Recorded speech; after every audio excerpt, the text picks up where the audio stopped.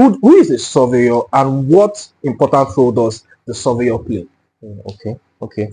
That's a big question, and it's wide. Yes, we came to class today. So let me try and explain. Yeah. Well, surveying is we can split it into three major aspects. Okay. We have the air, we have water, then we have land.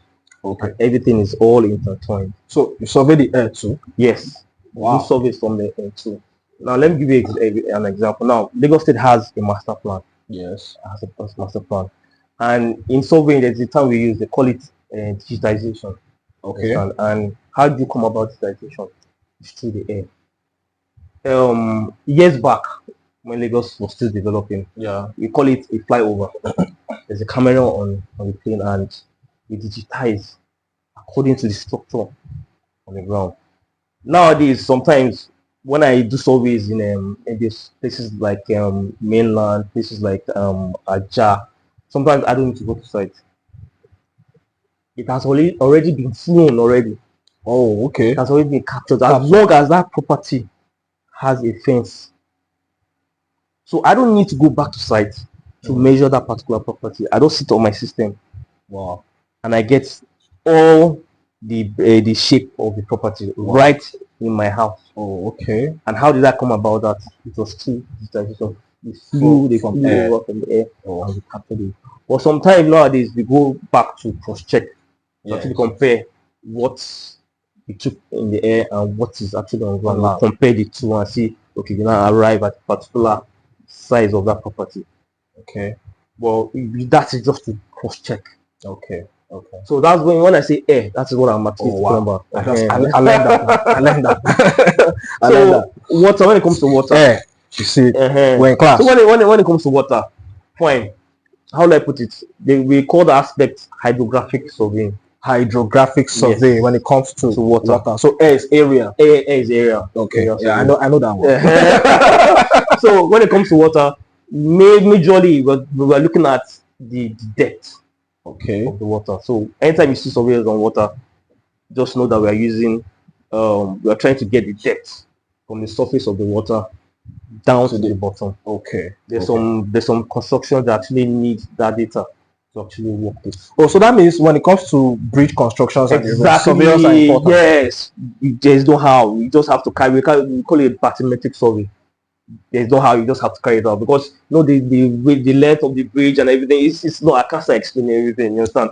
It's taking hours, you understand? So I'll just breeze around the whole you understand? So what we're trying to do, we're trying to get the depth, and secondly we're trying to get the tidal readings. Let me just give an example. During the day, if you're close to the water, the current it's more relaxed. Yes. Then during the night, when the moon comes up, there's a gravitational pull that pulls water up.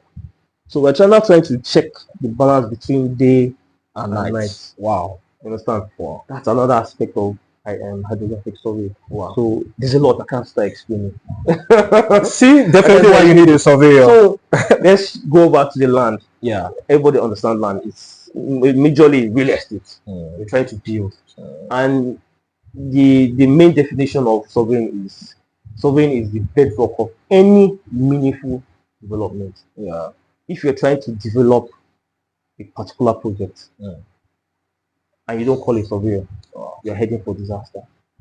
Surveying is the bedrock. That's what I'm saying, bedrock of a meaningful development. Without a surveyor, what you're doing is not meaningful. You're wasting your time. Wow. You are the first people on site. If you miss us, you miss a lot of things. Yeah, that goes back to explain why your client almost lost his exactly money. Yeah. So if you are called it from the beginning, so that's what I'm saying, meaningful. And he wanted to build like a 5-bedroom duplex for what do you call it, for rent. I see. He wanted to develop, but he didn't call a surveyor. That's just a typical example of definition of surveying, like the bedrock. Without us, Wow. So I'm sure you've already heard it, because most times you think that surveyors are really not needed when it comes to the scheme of things in real estate, but surveyors are actually needed. And my practice in the industry has made me to know that, see, it's better you get things from a surveyor's point of view, especially the ones that are very genuine, we'll come back to those people that are not really genuine, because most times I go to site and somebody's coming and he says he's bringing this surveyor, and you go to the site, he doesn't really know where to start picking the coordinates from. Yes, He doesn't know where to start doing this from, and before you know it, because he has one property that he wants to sell, he now goes back to, in a way, try to tell the client not to buy that particular one that you showed him because of what he wants to do. So I come across surveyors like that, and most times I just like, get the proper surveyor. Just go ahead and get the proper surveyor, and that does it. All right. So